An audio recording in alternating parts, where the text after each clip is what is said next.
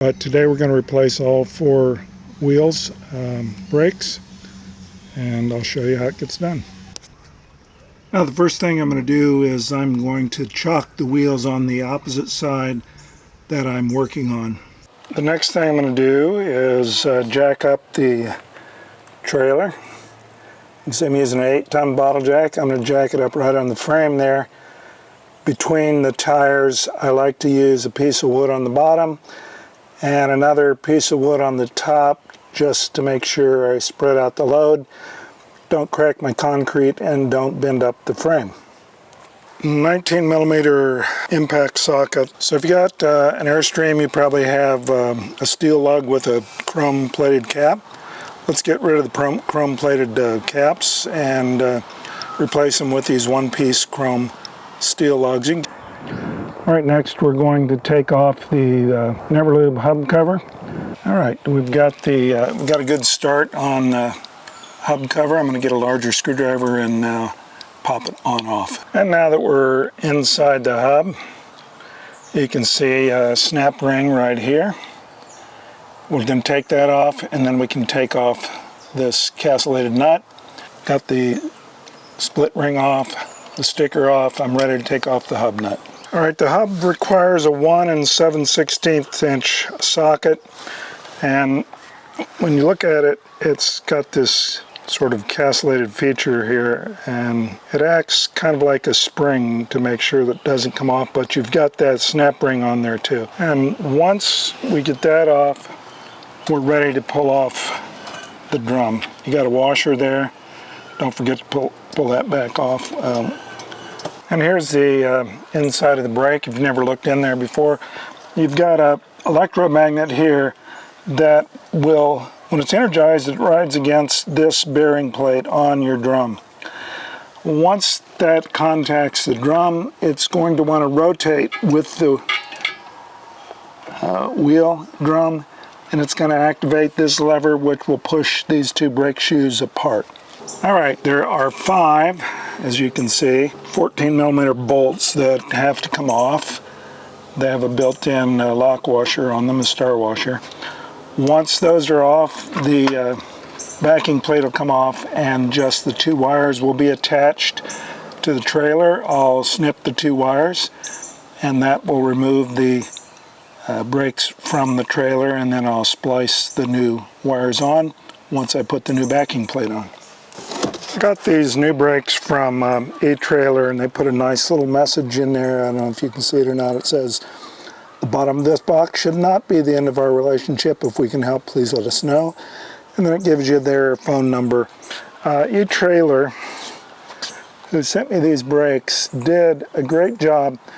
These are 12-inch by 2-inch, 12-inch diameter by 2-inch wide brakes. They came right away.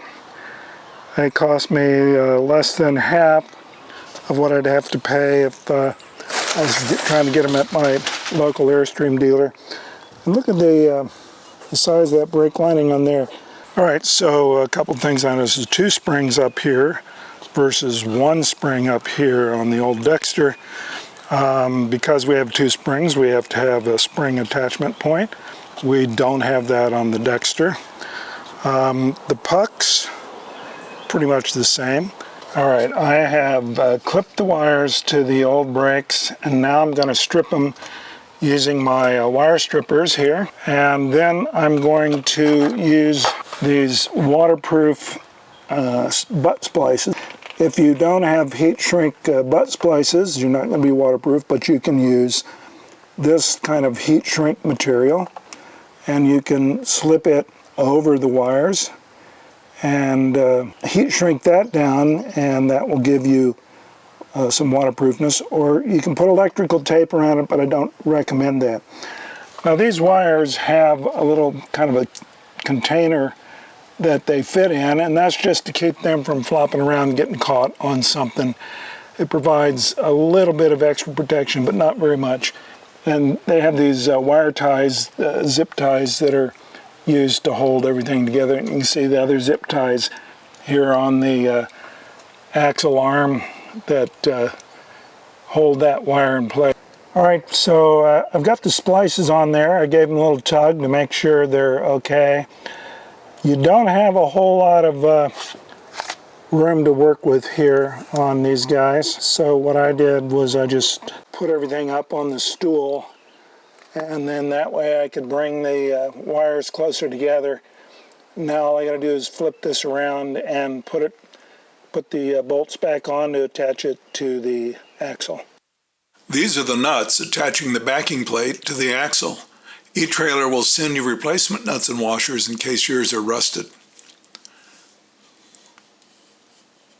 Here I'm using a torque wrench to tighten all the backing plate mounting nuts. You can use brake cleaner to clean up the brake drum after it is off. If it's scored, you should have it turned at an auto parts shop. Mine were okay. Next, slide the brake drum back onto the hub. Be careful to make sure it is completely over the brake pads and can turn freely. Replace the washer, then the nut.